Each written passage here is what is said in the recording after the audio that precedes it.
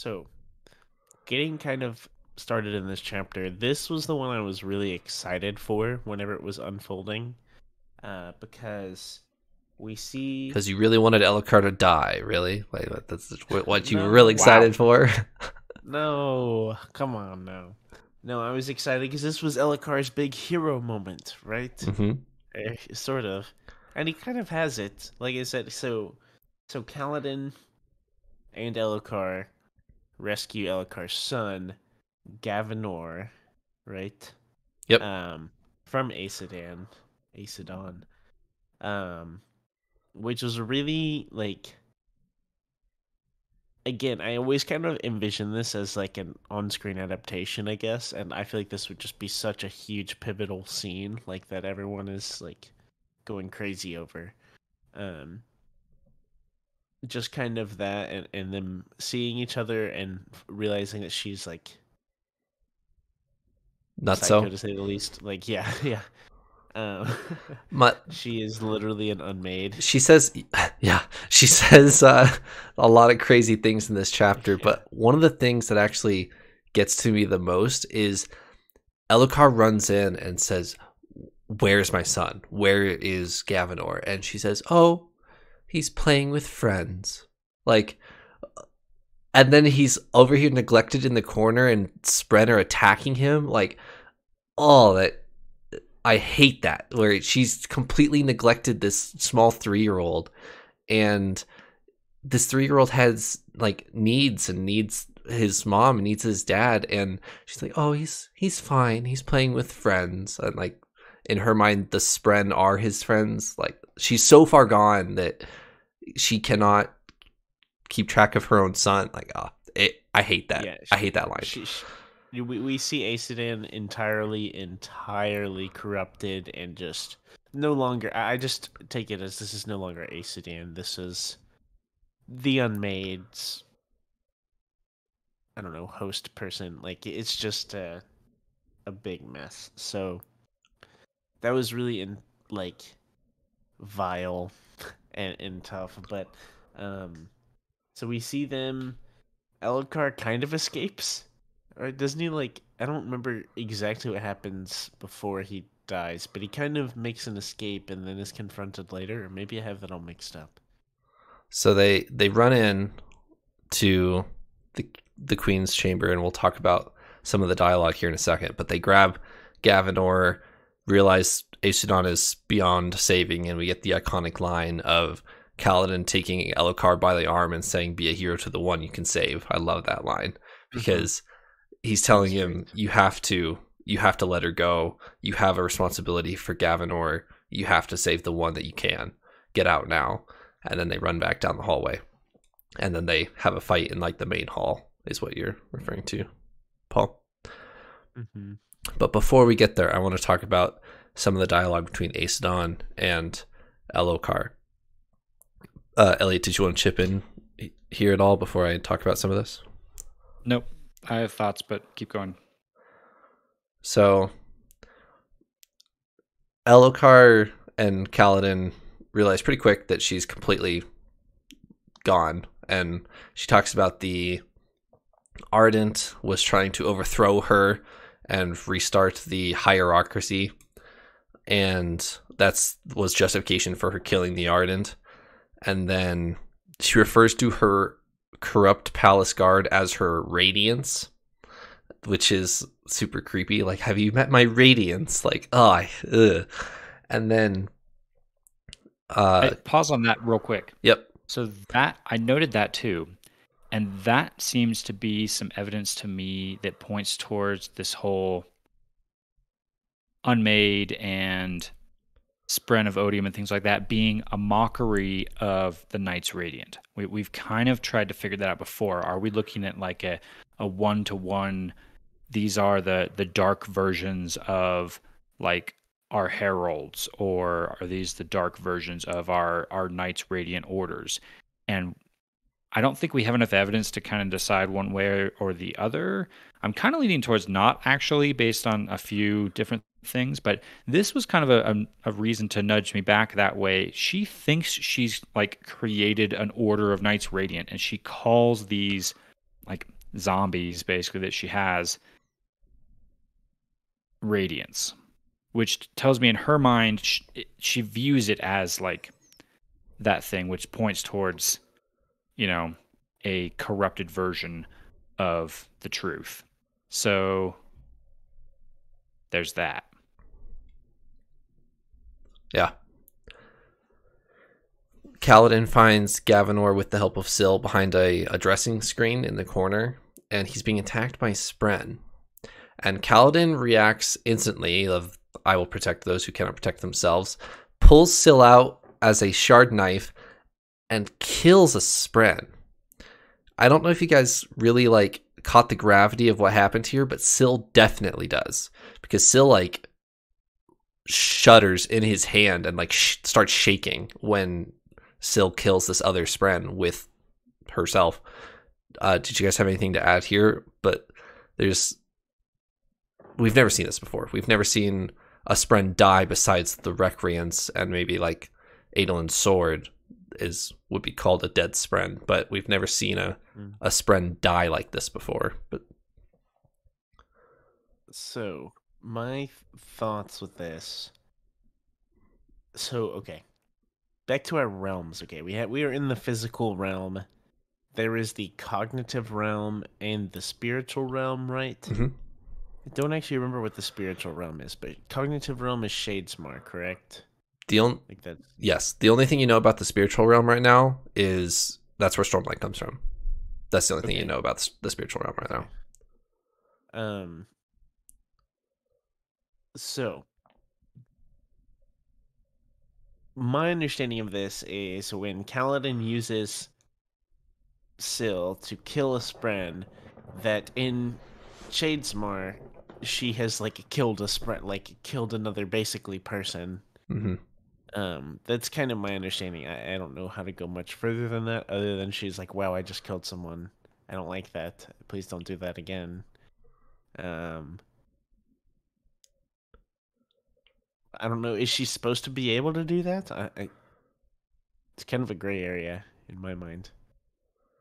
Seemed like a very gray area and a very unexpected moment, because I'm comparing this back to when Syl died.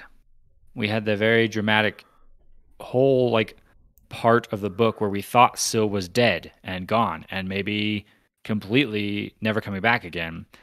And then later she ends up coming back, and we learned that like when Syl died, it wasn't necessarily like a permanent she's completely gone. It was a death, but she also came back with the renewing of that bond. This seems different. The Kaladin like describes it as this Spren like shattering into a bunch of pieces and like evaporating off or something like that. This seems like we've actually physically destroyed a Spren, which to this point I didn't know that was possible. So definitely of note. And I don't even think Syl knew it was possible. So because she asks Kaladin, "Did we just kill a Spren?" I don't even know. What we just did there.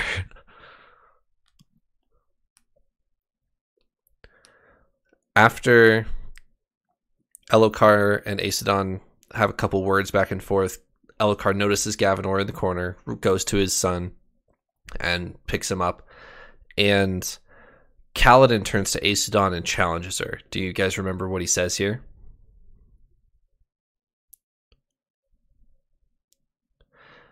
He turns to her and says, "How long have you been preparing for this?" And Aesidon replies, "Oh, from the return of my husband's return." And he says, "I'm not speaking to you. I'm speaking to the thing beyond you." And do you guys remember her response?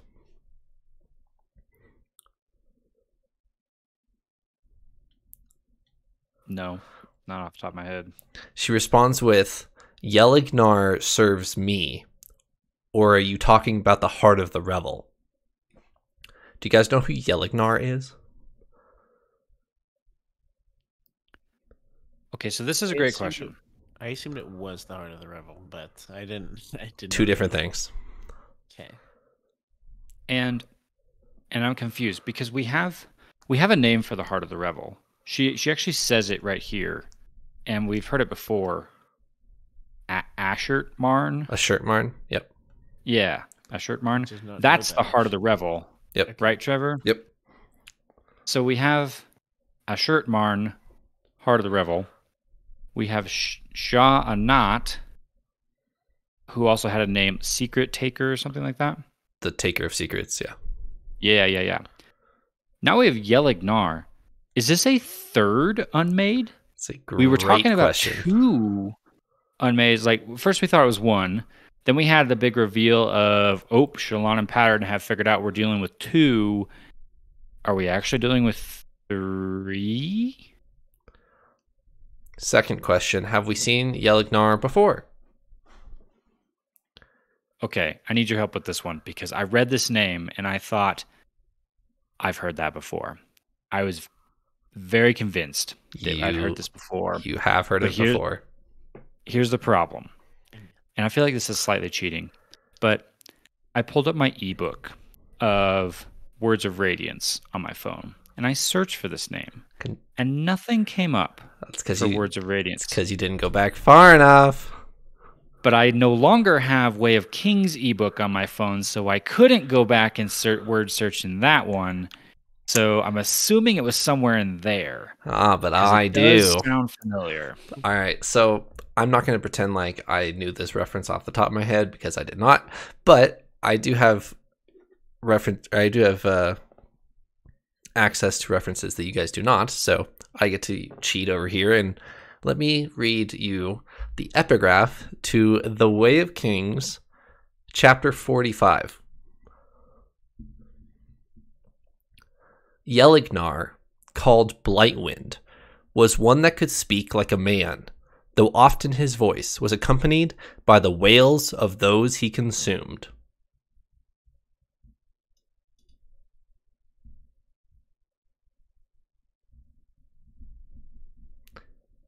So, is this an unmade?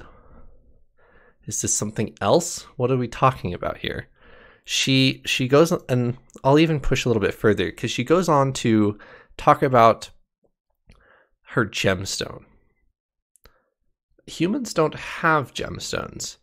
She says that she's taken the gemstone into her, and right when she says that, her eyes start glowing dark red. And that's when Kaladin and Elhokar are like, okay, time to go. And then they run back down the hallway. And then later in the scene, she's like, you see her, like, Elhokar looks over his shoulder and you see her coming down the stairs. And there's the gemstone shining through her dress, like, over her heart. And her eyes are completely red and she's, like, glowing like this dark, like, mass. Like, walking evilly down the stairs. It even describes her as having like protruding spines and like spikes and stuff coming off of her. I immediately drew the comparison to our Parshmen, our Parshendi like transformations, like their forms and even their gem hearts, which is where you're about to go with this. Right. So we've just learned Kaladin killed a fused on the wall, and he found a gem heart in the fused. That's how he killed the fused. Aesudan just gave herself a gem heart, and is now bonded with something. Whatever Yelignar is Yelignar a void spren, or is Yelignar an unmade? What do we think? What do we think? Well, Trevor, I have a lot of questions here before me. My first thought is this like, is Yelignar trying to create Aesudan into a fused? Like, is this like a... Is that how they get their gem hearts? Yeah. Pause right there. The description of Aesudan walking down the stairs is 100% Voidbringer.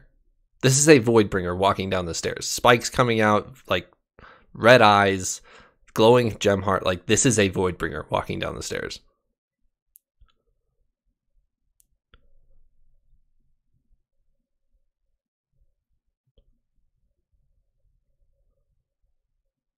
So I think we can definitively say at this point, Yelagnar has to be a Spren, I think, simply because she talks about like bonding.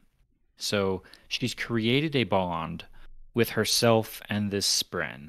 Now, is it an unmade, or is it like, I'm thinking of the really powerful void spren types that we know are fused are made of, or that like there was that spren thing that kind of guided Venli in her discovery of like the forms of power and stuff like that. Is it just like a really powerful version of one of those? Possible. I'm leaning towards that this is another unmade, kind of just because of the name structure. It seems consistent I was with about to like, mention the grammar. Do you want to talk about yeah. the structure of the word, Elliot? Because we don't see it in the audiobook. Yeah, just kind of the so Yelagnar it's a two-part word that's hyphenated, and I immediately compare that to um I think, A shirt marn. yeah, well, a shirtmarn is actually not a hyphenated word. That one's all the same. And now I'm gonna not have it in my notes and say something incorrect. But is Shah a not a hyphenated one, two-part name? Yes, that one is. Yes, Ja not is hyphenated. And then we And also had the Pierre, one, the original yes, was, right? that Yeah. one. So we're seeing some kind of consistent structure of the namings with these kind of two-part names and the hyphenated, clear syllables that are split up. So that is pointing me down kind of this is another unmade road, but it could also just be a really powerful void spren. Maybe that's what unmade are, but yeah. She also talks about, she mentions Gavilar. She does. And this seems big to me. I think we kind of maybe knew this already, but she basically says something to the effect of, I didn't discover Yelagnar. Gavilar did. I just bonded him. And that seems big. I think we kind of already knew Gavilar was seeking. We knew that he was seeking to bring back the gods of the Parshendi, right? He was trying to bring back those beings to try and reawaken the Knights Radiant, right? So at least that's what we've kind of concluded so far. So did he succeed? Did he find this Yelagnar? Did he even maybe like capture it in the gemstone that Aesidon has? And Aesidon just found this and figured out a way to somehow ingest or bond this gemstone to herself so that she's now bonded with the Spren? Like, interesting turn of events here. Do you guys remember the prologue of this book? With Gavilar and Eshonai? Eshonai's point of view of Gavilar's death. Yeah. What is the turning point between we're buddies and we're going to kill you for the Parshendi? Gavilar is trying to bring back the Parshendi's gods. And she sees the dark sphere. Yes. Right? The dark sphere's on the table, and he says, "Oh, come in, Eshonai. I want to tell you all about how we're gonna bring back your gods, and we can do it." And Eshonai's like, "Yes, you can. We're gonna kill you now because we don't want that to happen."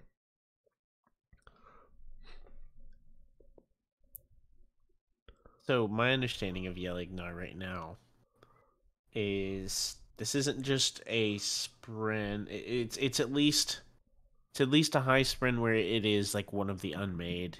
I'm pretty sold on that based off the name structure and just the magnitude of this one. It doesn't seem like, my understanding is like the Void Sprint can bond a Parshendi or someone like a normal, but not like multiple. And I'm taking this as more of like a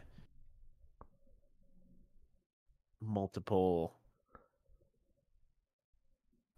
a higher level, I guess, of basically just like one of the unmade that is able to bond people and turn them into fused, or maybe that's how we got our fused. Kind of a lot there. I don't fully know. But if that is the case, then I would equate Yelagnar to potentially our like Windrunner equivalent because the fused are the ones doing all the like lashings and flying around and stuff. So that is the only connection I would make there. Doesn't actually matter too much, but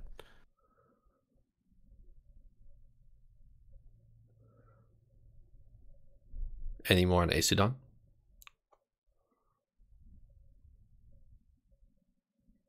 Yasna should have just killed her in the prologue.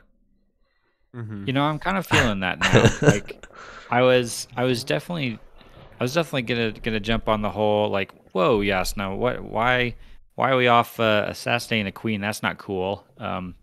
Yeah, maybe that should have happened. Sure, we were like, yeah, Yasna's being really shady. Like, I think I'm losing Yeah. a lot of respect for her right now, and little did we know. That makes me a little worried. So, have we ever found out her like secret that she still won't tell anyone? Yasna's? Yeah. No. Or did we find that out? The one that her and Ivory won't tell everybody because It's too destructive or too crazy, right? No, we have not found that out yet. Okay. All right, then keep your secrets. All right. So we're running from Aesudan. We run down to the main hall, and the Voidbringers, the Parshmen, have entered the palace, and there's this bloodbath of the Parshmen that were helping Kaladin, who were then forced to become part of the front lines of attacking the city, are right there. I don't remember their names off the top of my head. Somebody can help me. The names of the Parshmen that show up. Oh, Saw and Hen. Yeah. They're basically end up fighting the wall guard that Kaladin joins, and they all kill each other right there. And that's what makes Kaladin lock up, to the point where he looks up, Elokar is in danger, and he doesn't get there in time because he's locked up. This was really, first of all, big sad. Second of all, this is the first time we've seen Kaladin kind of paralyzed by what's unfolding in battle. I feel like he's always been... We've seen it once before, but yes. Yes. Anyways, he tends to... He's usually pretty good about, like, to quote the chapter title, Grieve Later, right? Not this chapter, but, like, the next one. Yep. Yeah. But because this is the first time he's had sympathy, I guess, or really eyes for the Parshendi here. Mm-hmm. Because he sees the ones who are with him, and he got to know, and like basically started building a friendship as much as he could with them, and then watching them kill his wall guard friends and vice versa, and it was just a humongous mess, and it was difficult all around. So, when's the last time that we've seen Kaladin stop everything in battle to just grieve? We've seen it once. Was it with the death of Tien? Tien, right? Tien falls in battle, and he doesn't move from the body. The battle continues around him, and he just stays on the body right there. And it says in this chapter that he hasn't frozen up like this since those days in Amaram's army, where he would do this. And it's to the point where Adolin and Scar and Drei come flying in from the Sunwalk and grab him by the shoulder and tow him out the door because he cannot move. He's like completely frozen. Side note, they don't get Gavinor out. The Elokar dies with Gavinor in his hand, or in his arm, and Moash kicks Gavinor aside and stabs Elokar through the eye. I hate this scene. And the worst part about this scene, in my opinion, is Moash knows Kaladin is there. kills Elokar, turns to him, and gives him the Bridge 4 salute. I hate that. I hate it. Because, and this is,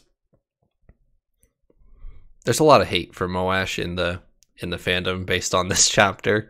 That makes sense. That makes total sense. And it's all based on the fact that Moash has lost the right to the Bridge 4 salute.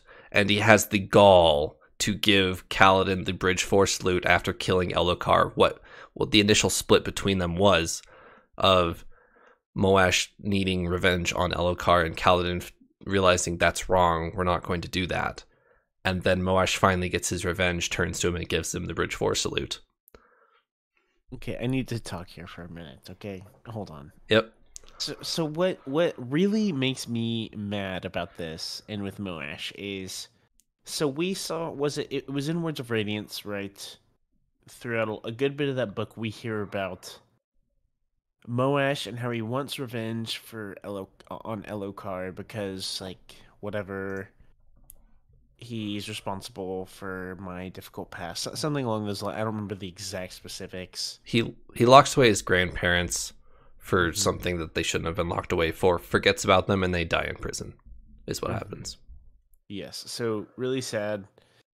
Moash wants his revenge. He seeks it out at the end of the book, right? And that's when we get the big Shardblade reveal, because Kaladin is protecting those who can't protect himself. He saves Elokar.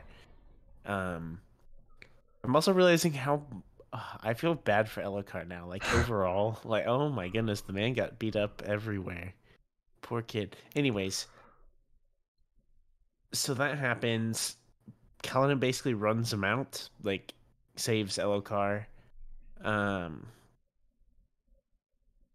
But now the magnitude is so, in my head, so far beyond our characters seeking revenge on other characters. It's like, okay, yeah, I understand you're upset, but, like, there were the fused flying around and, like, all this crazy stuff. There's like a thunderclast outside this wall. Like, everything is happening. There's 3 unmade in this city, and he's here trying to, like, enact his personal revenge on another person, and it's just, like, so. And in the middle of all of this is when he's doing, like, I don't understand how. Okay, I'm also a Moash hater. For everyone who does that, it's, oh man, it was difficult. That actually did make my blood boil, like, seeing that happen, and just like, when did you get here? Why are you here? What are you doing? Like, I don't know. It's insane to me. And I guess it's kind of pitted now as, like, Moash is, like, kind of a rival of Kaladin almost, or, like, you know, they're kind of the opposite, like, inverses of each other. Right. And, oh man, okay, it may be it may be up there with, like, Sadius on, like, I cannot wait for this revenge moment to happen as the reader, like. Oh man, okay, I think that's all. I just needed to vent a little bit on that. I completely concur. The fact that we've seen some Moash perspective stuff, and we know that revenge is what's driving him, but I completely agree with where you're at, Paul, of if he can't set aside his own personal vendetta in the midst of the literal end of the world, that's a big deal. I mean, that he is so consumed by his need for revenge that he can't stop and realize what's going on, what he is helping enact on the world, simply because he wants revenge for his family. You can't justify that. You can't even begin to justify that. Also,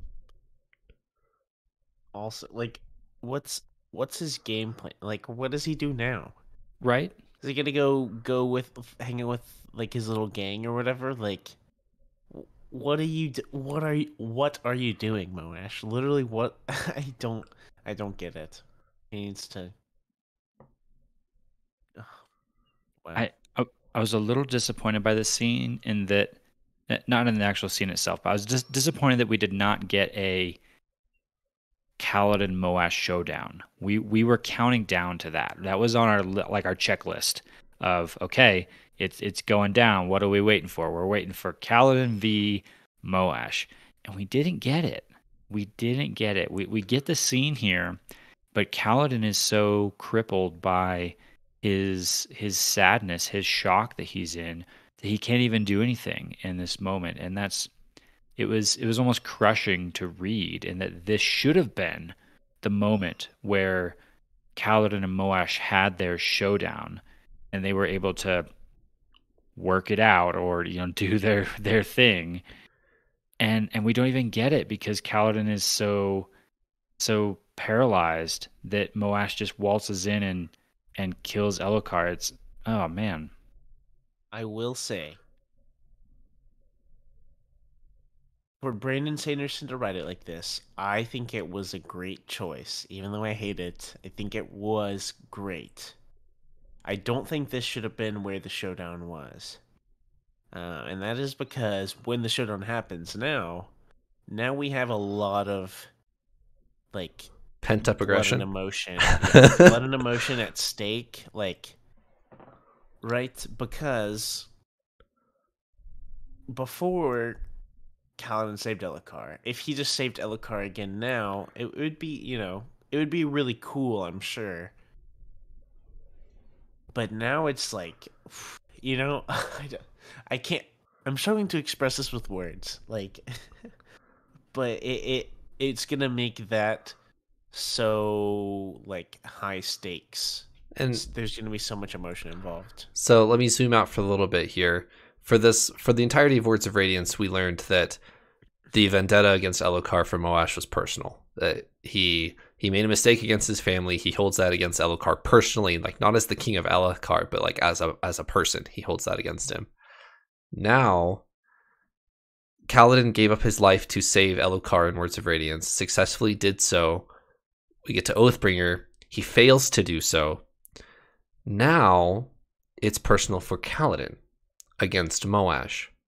So what's going to be the difference between Moash and Kaladin when Kaladin gets his chance and follows through with that?